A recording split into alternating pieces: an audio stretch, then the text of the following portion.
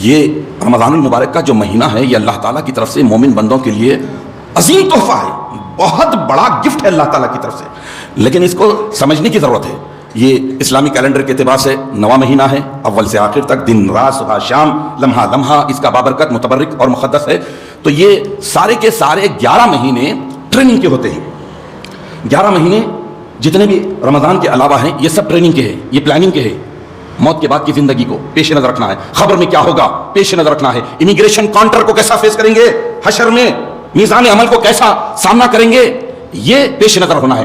11 مہینے پورے کے پورے احتساب کے ساتھ، اکاؤنٹیبلٹی کے ساتھ، سچے جذبے کے ساتھ اور پلاننگ کے ساتھ گزارنا ہے۔ لیکن رمضان المبارک کا جب مہینہ آتا ہے تو یہاں پر پلاننگ نہیں، ماسٹر پلاننگ کرنی پڑتی ہے۔ ایک مومن بندے کو ماسٹر پلاننگ کرنی ہے کہ 29 یا 30 دنوں میں ملنے والے لمحات کو کتنا پیارے انداز میں گزارے، عبادت کے ساتھ، تقوی کے ساتھ، پرہیزگاری کے ساتھ کیسے گزارے۔ غور طلب بات ہے، واقعی بڑی افسوس کہ ہم اس دور میں آ گئے ہیں جہاں پر ہر چیز ایک رسم کے طور پر، ایک عادت طور پر کی جا رہی ہے۔ عبادت عادت سے نہیں ہوتی، عبادت نیت سے ہوتی ہے، عبادت تقوی اور پرہیزگاری سے ہوتی ہے۔ آج صورتحال کیا ہے دیکھیے، بالکل الٹی۔ اللہ تعالیٰ رمضان المبارک کا مقدس مہینہ بھیجا اور کتب علیکم الصیام، ہم نے تم پر رکنا، سیام ساما یسوم سمن کے معنی رکنا فرض کیا ہے، کھانے پینے سے رکنا فرض کیا ہے۔ الٹا کیا ہو گیا، رمضان کو کھانے پینے کا مہینہ بنا دیا گیا، پورے مہینے کو فوڈ فیسٹیول کے طور پر بنا دیا گیا۔ آج پوری دنیا میں دیکھ لیجیے آپ، تو کیا آلیت والی قوم میں دریابی وہی کرے، وہی کرنا، اسی میں رہنا۔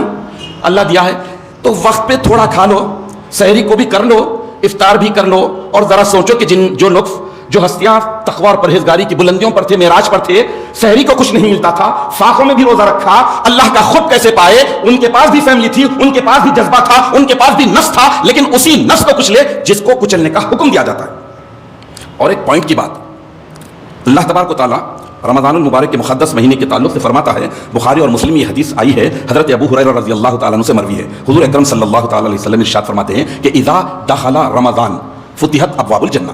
بہت غور سے سنیے، اللہ تعالیٰ بڑی اسکیم دے رہا ہے، بڑے آفر۔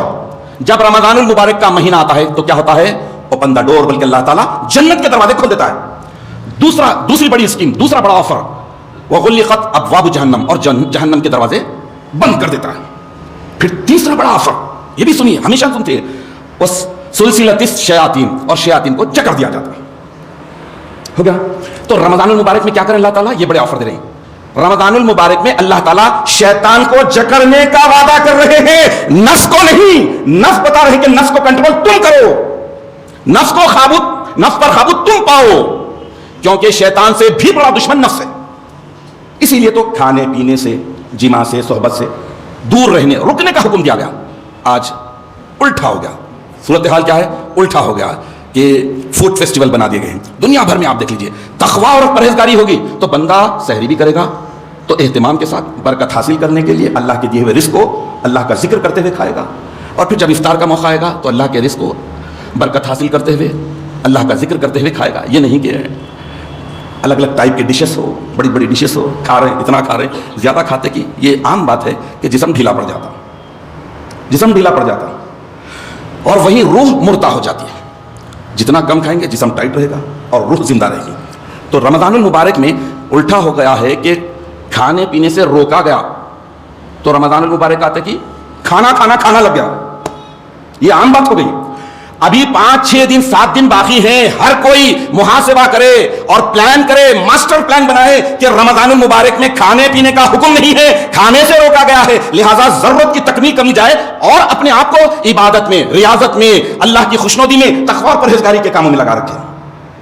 عزیزان محترم، رمضان المبارک ایک ایسا مہینہ آپ پوری دنیا میں دیکھ لیجیے، پوری دنیا میں، مڈل ایسٹ میں تو یہ حال ہے کہ کھانے کے ساتھ ساتھ کھانے کی جو بے حرمتی ہوتی ہے پوری دنیا کے غریب غربا کے لیے ایک بہت بڑی توہین کا ذریعہ بنتا ہے۔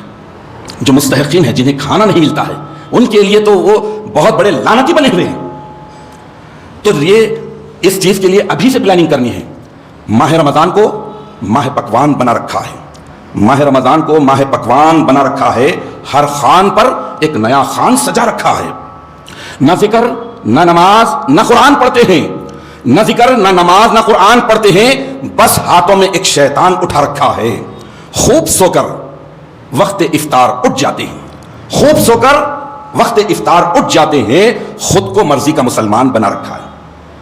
اب اس شعر میں یہ بھی ہے کہ نہ ذکر نہ نماز نہ فلاں، تو نماز بھی پڑھ رہے ہیں، تلاوت بھی کر رہے ہیں، روزہ بھی رکھ رہے ہیں، لیکن اس میں جو نماز کی جو اہم ترین بات ہے حضور، شہود، پریزنس، روزہ ہے تقویٰ، پرہیزگاری، یہ ہے تو پھر سب کچھ ہے۔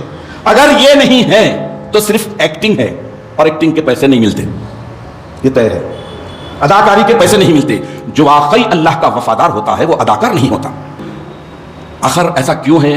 آخر ہر سال یہ ریپیٹ کیوں ہو رہا ہے؟ یہ اہم سوال ہے۔ ابھی چونکہ 6-7 دن باقی ہے، اس لیے میں جھنجھوڑنے کے لیے بار بار سوال کر رہا ہوں۔ اپنے آپ سے سوال کیجئے، ذمہ دار ہیں گھر کے، ریسپانسبل ہیں ماں باپ، گھر کے بڑے، کہ وہ گھر کا ماحول ایسے بنائے کہ رمضان المبارک کو فوسٹ فیسٹیول نہیں بلکہ عبادتوں والا مہینہ، دن میں روزہ، رات میں قیام۔